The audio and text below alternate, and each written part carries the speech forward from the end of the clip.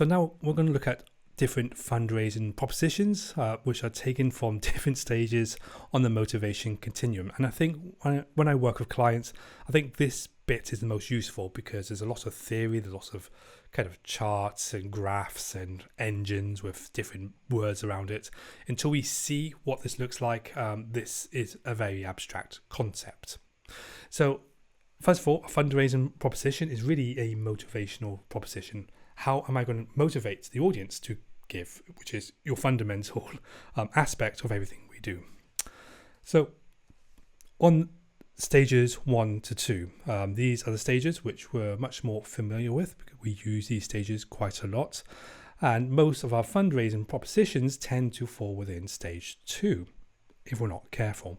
And there's big problems with that. So stages 2 are very good for creating short-term fundraising propositions, terrible for creating long-term positive change. And I think we've covered that already, so hopefully that makes sense by now. So what does stage 1 and 2 look like? First of all, stage 1 is externally regulated fundraising, and that's a complete appeal to the left hemisphere's desire to avoid suffering or to receive pleasure or reward. An example is offering a lucrative prize, such as a raffle prize, or selling merchandise where a small percentage goes to your cause. So you get something physical out of this transaction.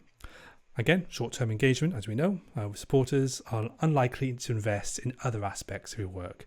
So it's if you're offering a prize to a prize draw to a raffle, people tend to be motivated to that prize draw and not really care about the charity that offers that prize draw.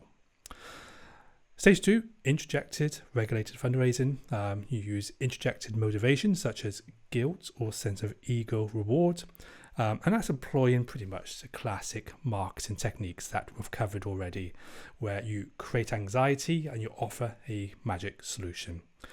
While it's effective, this approach leads to predictable narratives and same narratives again and again, and reinforces some really negative stereotypes of those who are aiming to help. And this also leads to long-term problems in terms of creating the motivation for political change as well. So there's a whole range of issues that emerge from stages 1 and 2.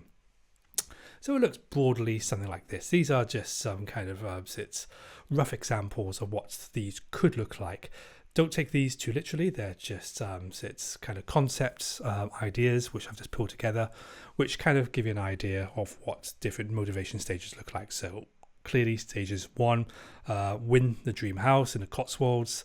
All the motivation there is towards receiving something in return. There's no sense of purpose in this communication, in this fundraising proposition. And also the message of the charity, it's a purpose, telling stories around how the money will change people's lives. You almost don't even need that at all, because all this is about transactional giving. It's about offering a reward and getting money in return. So the motivation trigger, you will receive a reward. The values are around greed, self-rewards and success, and the purpose is extrinsic. We will receive wealth or power in return for this transaction. Or we could look at the Run for Fun poster campaign, which is lots of positive images suggesting we will get something in return. It's by playing to the left hemisphere's desire for pleasure. And this is stage 2 on the motivation continuum. So the motivation trigger here is you will have fun. So there's a promise of fun in return, and the values around hedonism and stimulation, so kind of pleasure and enjoyment in life. And the purpose here is extrinsic. We will receive pleasure or something in return out of this transaction. So we're stages 1 and 2 there. Other stages 1 and 2, we have the almost classic traditional fundraising proposition where we show vulnerability, create anxiety in order to give the giving. So on this poster, we have a child who looks abandoned, vulnerable, hungry. Again, this stock image, so we don't know anything about this child. They're probably just sat there, enjoying themselves.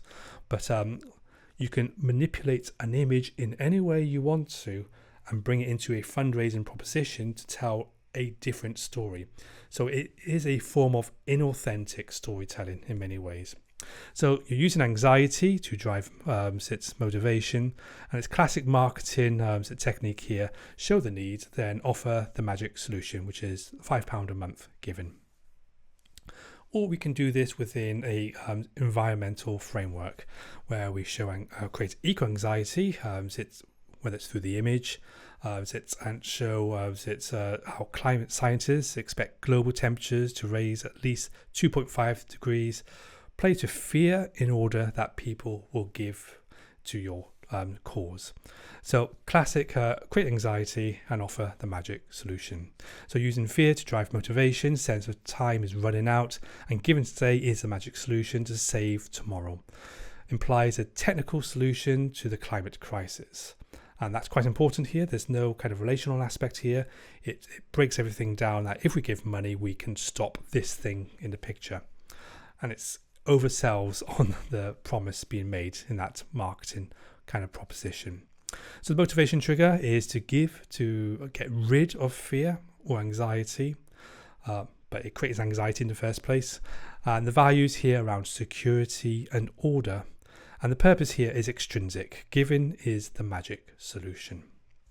So we're probably quite familiar with stages 1 and 2 in our fundraising propositions, and hopefully most of us are already moving away from these types of fundraising and moving much more towards values and being a little bit more subtle around how we motivate audiences in a positive way. So we're moving on to stages 3 and 4 now on the motivation continuum. Remember, we're still at extrinsic motivation. So therefore, we're still within the marketing paradigm. So we're still thinking within a propositional mindset. How do we get people to do stuff is pretty much what marketing is doing. And how do we create a motivation for them to give to us or engage with us in some way? So stages 3 and 4 is we're moving more into values. So have explicit values-based fundraising. So the tactic is you emphasize what we love and value, and you make the values explicit, and then you inform and educate your audience into why these values are important. And you offer a sense of well-being or psychological reward, showcasing the world we are trying to work towards, a world where we can overcome suffering, if only we worked hard enough. And the result is potential for longer-term engagement, but messages tend to feel a little bit false, and they fail to resonate with the deep psyche in any real and meaningful way. So stage 4 is implicit values-based fundraising. So the tactic is to tell positive and authentic stories from communities around the world designed to emotionally engage and inspire giving. An example is inviting audiences to be part of a movement for positive change, appealing to a mix of authentic storytelling and an optimistic outlook coupled with a determination for change. Audiences feel like they are part of a movement for positive change, inspired by authentic storytelling and an optimistic outlook on how we can make a difference. And it feels like to many charities and organizations, this is the gold standard. This is the where we should be aiming for, but it's not. It's only stage 4 on a stage 8 continuum. So it's good, it's better than stages 1 and 2, but it doesn't get us anywhere near where we really need to be. So what does it look like? So it's examples of this is stage 3 or 4 is we play more towards values, and in this first image we have planting seeds of hope, and we have a little bit of narrative there and how giving today will bring about hope for tomorrow. So it's appealing to our values about building a better world. So you play to the values and a sense of optimistic hope. So you give audiences a sense of purpose that they are making a change or real difference. And the motivation trigger here is giving will connect you to your values. And the values around self-direction and choosing your own goals. We're trying to bring about a better world. And the purpose here is extrinsic. We tend to use hope to achieve our aims. So if we are positive thinking enough, if we are optimistic enough, we can bring about positive change. It's still a form of extrinsic purpose. Or we can go for People and Planet poster, and your gift goes further because we can show a story of how caring for its communities, who are also caring for its local wildlife and their local environment. You're working in a more holistic and integrated way. So you're playing to the values around its a sense of empowerment, but also showing a world where everything turns out okay in the end with a monthly donation. So the motivation trigger here is your donation has power to transform chaos into order, and the values here are around achievement, success, and capable. And the purpose here is still a form of extrinsic purpose. It's still pointing towards your donation as the solution or the magic solution or the fix to the problem that's been presented here. Now, if we can go into more of an environmental kind of framework, we could have young people who are working, who are raising their voices, and you could do a fundraising proposition around how do we support young voices and show how our voices matter. So in this one, we are playing to our values and the need to support young voices, and there's a sense of togetherness and solidarity, unity in helping younger voices to have their say. But this is still a propositional form of fundraising, and it's still offering young voices as the magic solution in this context. So the motivation trigger is support what you value, which is young people raising a voice, and the values are achievement, successful, and capable, which are all extrinsic values, by the way. And the purpose here is extrinsic. Young voices will fix the problem just as long as they're supported. Again, it's an oversimplification, but broadly speaking, it shows you what stages 3 and 4 looks like. And the last one, which is a beautiful image, this is what local leadership looks like, and it's looking at a story where we're empowering women in the local communities to take leadership role, especially around caring for the environment and also on social issues. And there's a lovely kind of narrative that underpins this, and it all looks very positive, and there's a £10 a month request in this proposition. But we're playing to values around equality, social justice, and environmental protection, and the fundraiser offers a sense of solidarity to drive engagement, but still within a marketing framework, where the donation offers the magic solution to the problems that have been listed. So the motivation trigger here is support what you value. And the values are around protecting the environment and social justice, what's not to like here. But the purpose is still a form of extrinsic purpose where giving is the magic solution. So we're still pointing towards within a marketing mindset that by giving £10 a month, we can achieve these outcomes. Okay, so now we're moving up our motivation continuum. Once we cross what's called the threshold, we're now moving away from extrinsic motivation, the marketing paradigm, to intrinsic motivation, the storytelling paradigm. Once we cross the threshold, things look a little bit different on this side. So don't expect things to work in the logical, rational way that exists in stages 1 to 4.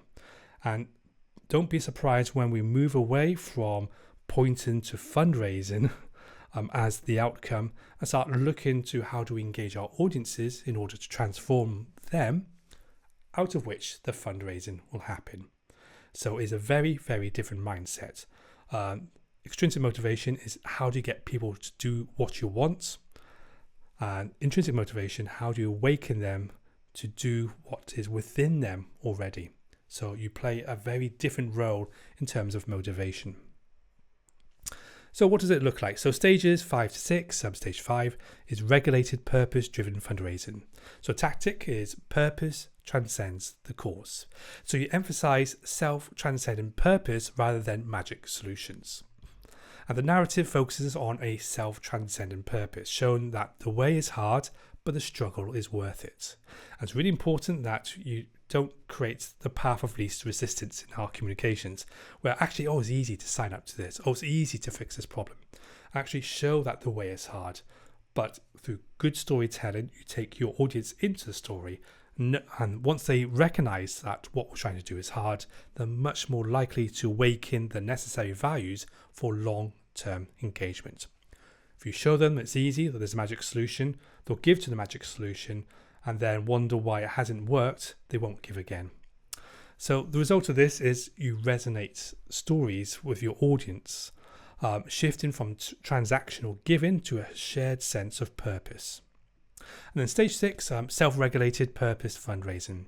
And this is where we move beyond simple problem solution narratives to complex, nuanced stories that drive deeper engagement. An example is you draw audiences into the story, where we create a more experiential knowing of the problem we're trying to fundraise for. And the result is this leads to long-term engagement by fostering a sense of belonging and shared purpose. So what does that look like in practice? So here are some examples. Now, take note, all of these examples are driven by stories and storytelling. They are driven first from a storytelling proposition, where we start with a story and then we lead your audiences into the story and try to experience what is happening within that story without moving to that marketing framework. So expect a little bit more narrative here, and that's fine. Expect a bit more kind of putting your audiences into the story, and that's fine. And expect to move out of the marketing narrative where you show the problem and you show the solution. Try to get out of that mindset. So in the first example, we have the woman with her child on the back. And we're straight into the story. He is a source of so much joy in my life. He never complains. He always has a smile that can brighten any day. I see him as a gift. And then we move into the story. But life is difficult for the person in the story.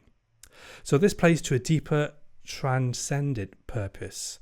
And it gives a sense of hardship, struggle. And there's no magic solutions being offered here. And this is a more honest form of fundraising, which requires a deep story to drive the motivation to give. And the motivation trigger here is connect to a greater purpose or a self-transcendent love. And the values here are around compassion, honesty, and mature love, which are all intrinsic values. And the purpose here is intrinsic. We give not in service to get rid of the problem, to solve the problem or fix the problem. We give in service to love. That's a very different motivation proposition. Second poster and this image would never feature in most of kind of ethical narratives and storytelling, fundraising propositions where we have a hand reaching out and touching the young girl. But look at the context. The context is the father reaching out to the daughter. And we have a context where we are on the shoulder of the father. Remember, we're moving away from face-to-face facial frontality in terms of our visual communications. And we're bringing the audience into the story who are literally on the shoulder of the father in that narrative. And it starts off with, I know that this camp is only temporary, but when I look into Amal's eyes, I can see this doesn't feel temporary to her. It probably feels like her whole life. And then we go into the story and we take the audience into the fuller story, of which we create an engagement which your audience are part of. And therefore, once you take people into the story, they are part of the solution. So it plays to a deeper self-transcendent purpose of a father's love, who sacrifices so much for his children. And the image takes us into the story and offers a powerful narrative that draws audiences in. So analysis here is, the motivation trigger here is connecting to self-transcendent love of the father and connect your audience to that story. And the values here are mature love and compassion. And the purpose here is intrinsic, that we are given in service to love, not in service to get rid of the problem. Or we can do this within an environmental framework. And in this proposition here, we have the question, what are we doing? But when we read into the story, the question is not what are we doing as a society, but what are we doing as climate activists? So it's actually a call to conversion that sits everything in here is how can we think differently about our climate activism and work in a different way, and how it's time to change. And that call to change is not how do we change society or the externals, but how do we change ourselves. So this is a very different motivation proposition. And it plays to a shared purpose, a desire for personal transformation.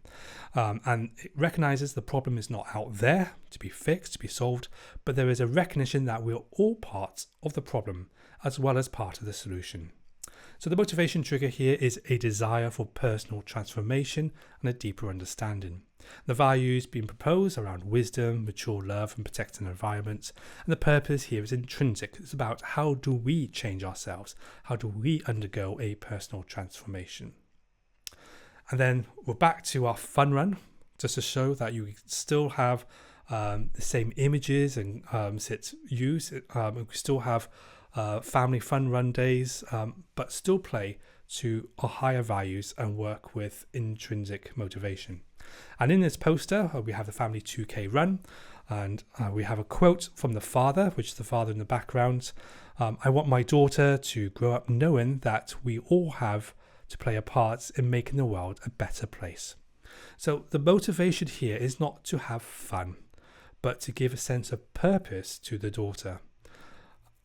And so we play to an intrinsic purpose, which may show people having fun. But the reason for engagement is a deeper value of teaching our children that we all need to work for a better world.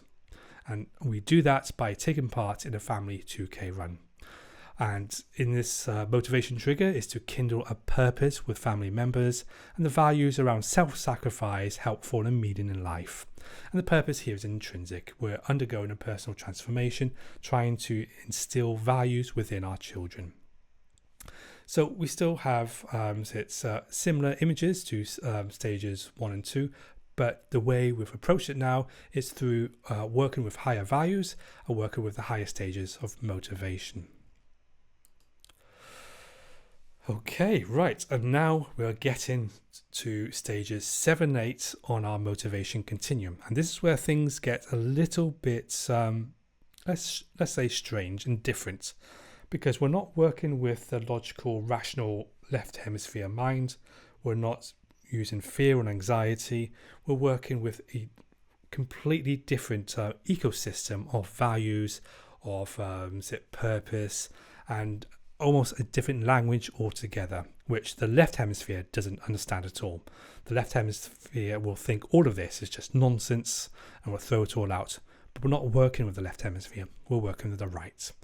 And when we map all these strategies to what happens in different cultures, especially indigenous cultures who don't have this dominant left hemisphere view of the world, we can see that they work with these different motivation types completely and instill them within their community practices.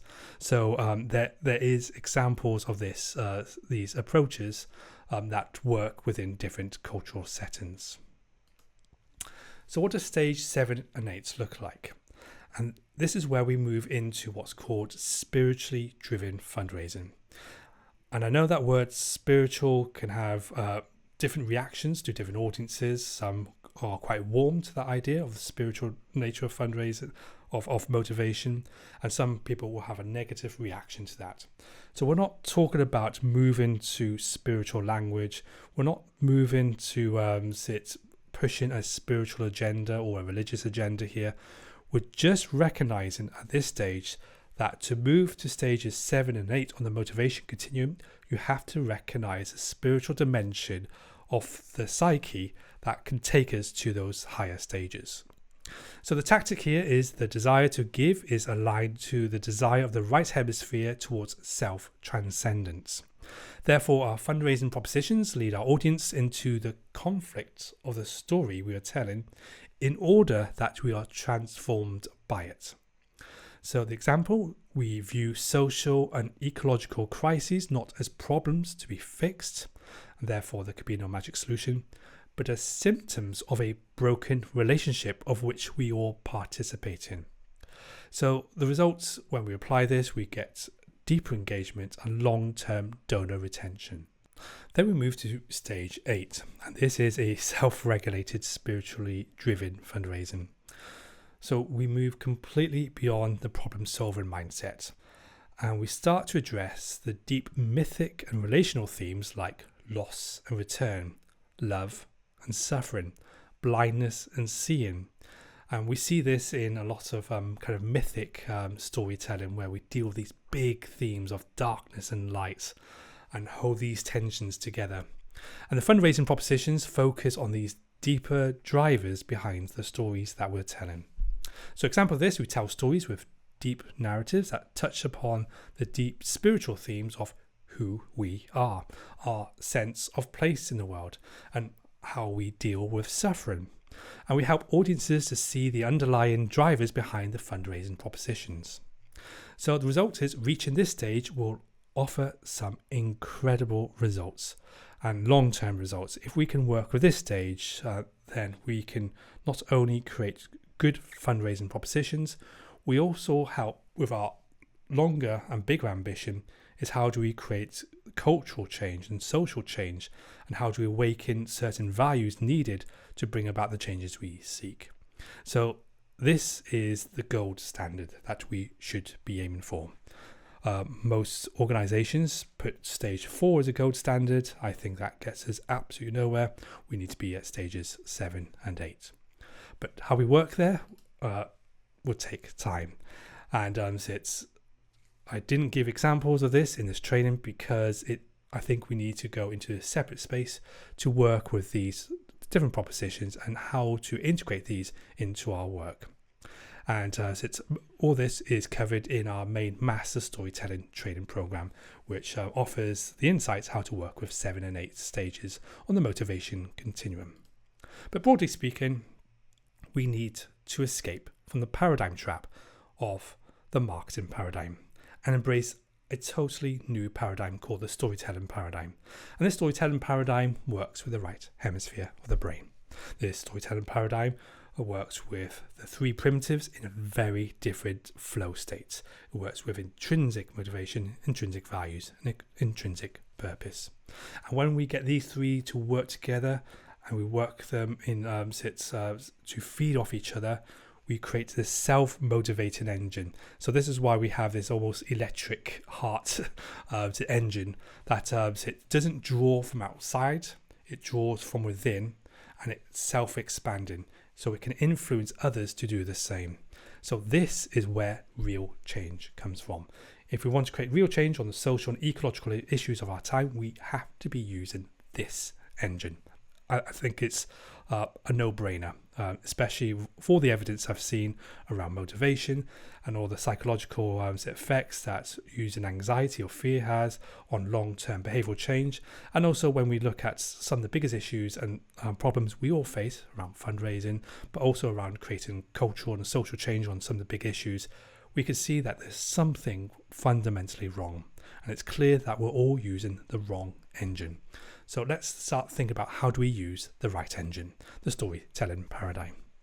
And I want to give just a few examples of what fundraising looks like in the marketing paradigm, and then we'll look at what fundraising looks like in the storytelling paradigm, so we get more of a sense of what this shift requires. So first of all, fundraising in the marketing paradigm, you tend to focus on novelty. So the left hemisphere likes different products, to like things to look different and feel different, but it doesn't change what's underneath. So it tends to confuse what is novel with what is new. So anything that looks different, it will treat it as different. So therefore, we're constantly thinking of new, novel ways to capture people's attention in order to drive motivation, engagement with our fundraising. So that's what fundraising looks like. Also, we tend to use flat, colourful icons. So when we have a right hemisphere stroke, the evidence shows that patients who have to rely on the left hemisphere, if you ask them to draw a 3D cube, they tend to draw a flat shape. They can't see depth. So the left hemisphere likes to flatten everything and keep everything two-dimensional and simple. And if you look at most of our communications, they tend to be flat, colourful icons. They're not 3D at all. So we tend to use left hemisphere imagery to try to engage and promote what should be a right hemisphere values and motivation. Again, images with facial frontality, we've covered that already. We tend to use confrontational propositions. We tend to tell people what to do, sign up here, get involved. So it's very much it's a forceful way of engaging your audiences. It's more controlling over your audiences. We tend to use extrinsic motivation, fear, anxiety, or reward or pleasure. Again, we have disembodied storytelling. So most what we call storytelling feels more like case studies where we're the outside observer looking in. We also have predictable storylines because we're using kind of the marketing meta-narrative. And all propositions point to outputs. So everything points to an extrinsic purpose, points to fundraising as the solution. And also we have high energy fundraising campaigns. And we put all our efforts into making sure they work, and they kind of work, and then they fizzle out. So what do we do next? We put more energy to make sure our fundraising works, and it fizzles out. And you have this up and down kind of strategy. And it's hard to create that long-term kind of warming, engaging motivation for long-term change. So when you use extrinsic motivation, it's hard to create long-term exponential change. Also, we have low donor retention. We have to keep people interested in what they're doing if we're not using storytelling. Also, when we're using marketing, we increase hostility to our work with those detractors out there who will question our motives, who will say we're not really in it for the cause, we're in it for money.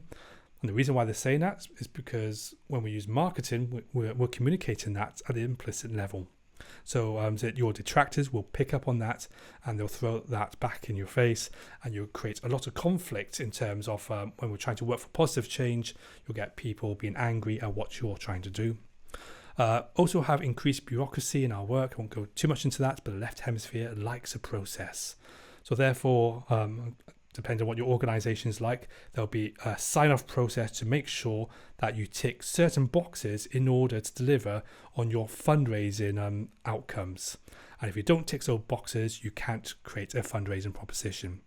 But once we create those boxes, we tend to further embed its extrinsic motivation and all the problems we spoke about earlier. We have endless audience segmentation exercises. The left hemisphere likes to break everything down into little boxes. If we break your audience down even smaller boxes, it feels like you're working to a more intelligent and more informed way of working with audiences. Actually, you're not, because you're breaking your stories down into smaller and smaller compartments. So when you're telling stories, it's hard to bring everything together. You have to do lots of different products and different ways of engaging different segments of audiences, and it creates a whole fractured and fragmented mess in terms of creating simple story-led kind of propositions in your fundraising. Also, the left hemisphere thinks it knows the answer, and it's very bad at self-reflection. So when we have organizations which are very much left hemisphere organizations, which most of our organizations are by the nature of them, is that we're very bad at doing some self-reflection on our own thinking. We always think the problem's out there. The reason why fundraising's gone down is because there's been an economic decline, or that we need to work with this segment of audience better in some way. We never think about the stories we tell. We never think about the meta-narratives that are underpinning our fundraising propositions. We never think about the values that we're trying to engage, and all these things that we have complete control over. We never look at those because the left hemisphere always sees a problem out there. So therefore, we never really get to the problem of bad fundraising. And we always look to marketing research to give us the answers. If we can research our audiences, we will find the answer out there. And from my experience is that all that marketing research does is reaffirm extrinsic motivation. So it doesn't get us to the higher stages. And marketing research tends to play to the marketing mantra of give the people what they want, which leads to weaker fundraising propositions, and it always leads to working with lower values. If we're always working to what we think people want, so we try to soften our messages. We try to create the path of least resistance, make it easier for people to give, more colourful, more flat. We do everything that plays to the left hemisphere, so we tend to weaken our brand propositions as a result of that. Also, if you're using an anxiety engine to drive everything you do, we increase anxiety in our audience, which has an effect on long-term relationships. And also, if you're using an anxiety engine to drive everything you do, that also has a negative effect within the organization itself. Because sometimes when you're working in fundraising and you feel like, oh, just wait, this doesn't feel right, something's not connecting. And that can lead to a deeper anxiety within its staff as well. That if they feel they're pushing an agenda here, if they feel that they are manipulating audiences, they'll be less motivated to push on your fundraising strategies. And also this absolute concept of following the path of least resistance is hard coded into our mentality, that in order to give, you try to make it as easy as possible to give. And that's the left hemisphere altogether. So therefore, you try to show easier pathways to give, but also you tell your stories in a certain way where it's much simpler narratives. So we tend to squash stories and make this simpler and more single narrative based. And we don't include nuance, or we don't include complexity, and we don't take your audience into stories and do all the stuff which is necessary to create long-term behavior change. So we tend to move to simple transactional fundraising propositions. So what does fundraising in the storytelling paradigm look like? Well, when we start working the right hemisphere, we start working in a completely different way. We focus on more meaningful engagement and enriched storytelling. We start focusing on the stories that we're telling and try to bring the audiences into those stories. We start working with full 3D images with vitality and implicit meaning, where people are touching in dialogue and in conversation. It's not that facial frontality image that we're familiar with. We try to bring people into the story and try to make you feel part of that. And if you think about it, some of the best stories you watch, every time you watch a drama on TV, as soon as someone makes eye contact with the camera, even if it's for a second, you lose the sense of magic, the sense of place. All of a sudden, you are there observing the person. So try to use images where people don't look at the camera at all and try to bring people into that story. Also, fundraising in the storytelling paradigm is about being less controlling over your audience, and you encourage audience agency. So you try to do less of sign up now, do this, and you take people into the story in order that they'll want to do the action themselves. So trust your audience. Let go of the reins of power and manipulation. Let your audience breathe and want to be part of what you're proposing. Try to think about intrinsic motivation, look at purpose, relationality, and self-transcendent themes. We'll cover that already. Start doing embodied storytelling, pull your audience into the story. Do unpredictable storylines. You can go in any direction when we're doing storytelling within this new framework. Because rather than trying to show the need, offer the solution kind of narratives, you can go in any direction in terms of take your audience into the moments of what the story is. So it gives you huge possibility and creativity in terms of your storytelling narratives. And also, story-led fundraising campaigns will grow and expand over time. It's not that up and down, which we mentioned. It's that you can build and build and build on a story-led fundraising campaign. What's interesting, if you have a great story, you only need one story, you can build and build and build on it, and you can return to that same story and still build on it. That is the beauty of storytelling. By telling one story well and go into it in great depth, you can still create the motivation for giving over time. So you don't need to keep creating more and more and more and more products. You can just use one story told well. This also leads to high donor retention and also leads to decreased hostility to your work because you're not manipulating your audiences to do stuff. You're not using extrinsic motivation. And it's a much simpler, more autonomous work process because you're just looking at storytelling to drive everything you do.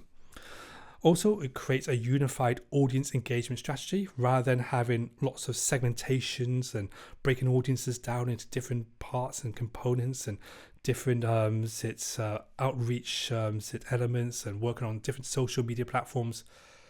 Just bring everything back to a single story and unify all your audiences around the same story. And it's possible. If you tell a good story, you can reach all ages, different cultural backgrounds, and a whole range of different people, which you can't do with a marketing proposition. And always be self-reflective. Always think about, are we telling the right story? What is the values here? What is the meta-narrative underlying everything we do? So keep reflecting, because the more we reflect, the stronger you get as an organization and the more powerful your next fundraising proposition will become through that self-reflection. And the mantra, give the people what they need. Within everyone are intrinsic values, but they need to be awakened. This is the role of the storyteller, not to tell people what to do, not to use a kind of tell a story to inspire them to do something, which is still a form of manipulation. A true storyteller knows that within us are a range of values and they remain dormant until they are stressed in some way. And the way we stress them is we take people into the story and we show the encounter between love and suffering, which we covered already. And in that encounter, something awakens. Once that awakens, you can build on that again and again and create stronger and stronger fundraising propositions.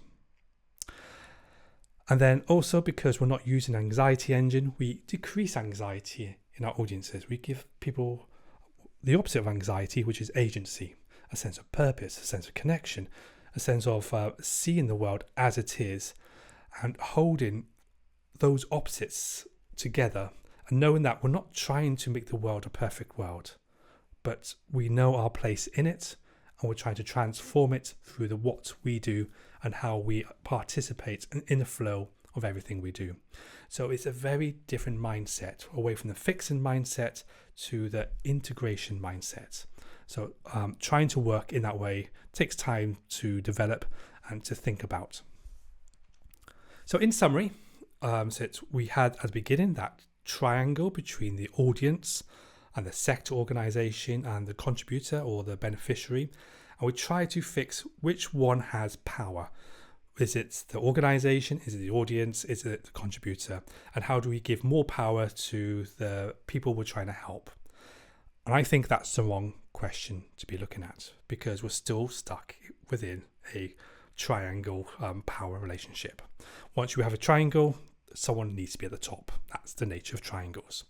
But once we create a storytelling circle, do you remember earlier we talked about storytelling? Storytelling is a shoulder-to-shoulder encounter. When we sit around a fire telling stories like ancient cultures have done for millennia, they sit shoulder to shoulder to tell the story, and they always look into the central focus, which is the fire, and they listen through a shoulder-to-shoulder experience. We tend to tell stories face to face. We stand at the front and give people the story. But think about this shoulder-to-shoulder dynamic, is that once you create the circle, there's no power dynamic there because everyone is in that circle.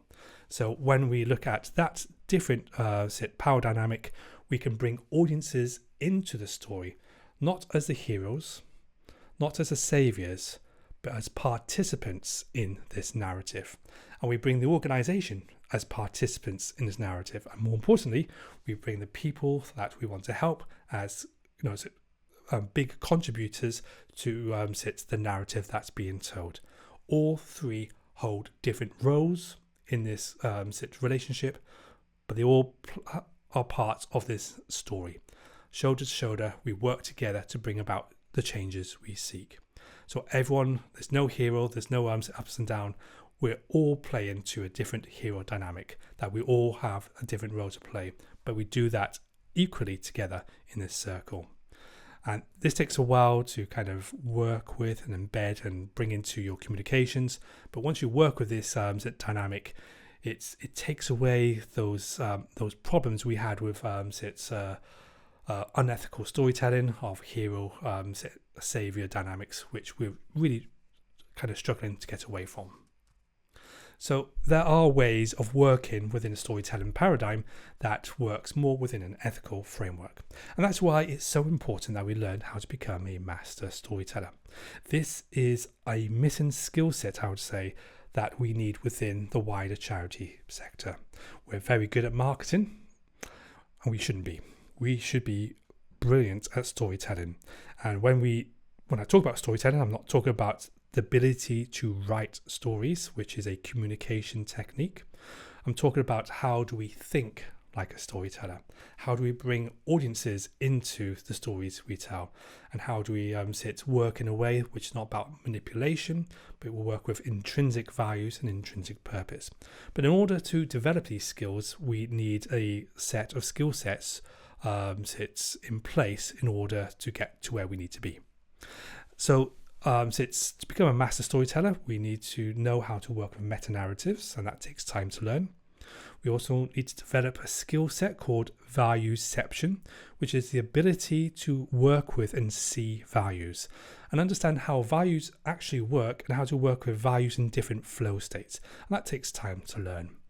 Also, and we'll cover this in a bit more depth in this training, it is how to work with motivation theory, how to work with the higher stages of motivation, and also how to work with purpose, how to work with something which we call intrinsic purpose, which is a very nebulous form of purpose. But once you know what it is and how to work with it, it can drive all the things that you do. You can take people to the higher stages of the motivation continuum and work with with intrinsic values if you know how to work with this purpose. And more importantly, how do we work with different flow states? How do you work with different extrinsic and intrinsic flow states in everything that we do? This is why I'm so excited to be able to offer the new Master Storytelling Training Program. And this is a full and quite comprehensive training program to help you to move away from marketing paradigm and the old way of thinking to embrace the storytelling paradigm, how to work with intrinsic values, intrinsic motivation, and intrinsic purpose. And this obviously takes time to do. So the way I've written this program is made out of 4 components. The first one is online self-directed training. So you learn the theory first, so you can do that in your own time. Then the second is we have a range of specific workshops where we go through different themes and how to apply them. The third one is we have what's called the Storytelling Circle, which is a bi-monthly support circle where we come together and we find different ways that we can support each other in this work around working with meta-narratives and how do we work with all the things we covered around intrinsic purpose, values and motivation. And then the fourth one, which I'm quite excited about, is the new Master Storytelling Toolkit, which is a physical book along with a set of 6 toolkits, which are a range of different cards covering its different themes, different tools to help you to move into to work better with meta-narratives. And those toolkits include the new motivation model, as well as how to escape paradigm traps, how to work with different flow states, a different theory around values, how to work with values in different flow states, as well as how to work with the hero's journey, the classic meta-narrative, which most of us are familiar with. So it's quite a comprehensive pack which you can use in workshops, part of your strategy planning. And once we start to embed some of this learning into everything we do, we can start to see the changes that we really struggle to bring about, because we are working with the right hemisphere of the brain. So therefore we can start thinking about how do we create long-term behavioral change. So hopefully all this has been somewhat useful, or you found helpful in some way. I know there's a lot of information in here. I'm not quite sure how to do this in a more simpler way, because if I do it in a simpler way, we don't get to the hub of the problems that we're trying to fix. But I hope that you start to think about how do we move into the higher stages of motivation, and work with a different way of engaging audiences around our fundraising propositions. Because until we do so, I don't think we'll see real change on the issues that we care about. Until we know how to awaken values, until we know how to create long-term motivation, until we know how meta-narratives play a key role in our values and behaviors, until we know how to work with all of these, I think we keep going around a circle, making the same mistakes again and again, hoping somehow things will change. Hopefully now you can see that there's a better way of doing things. So if you want to find out more, check out our website, ministory.co.uk, where there's more articles, resources, materials to help you on your journey to become a master storyteller.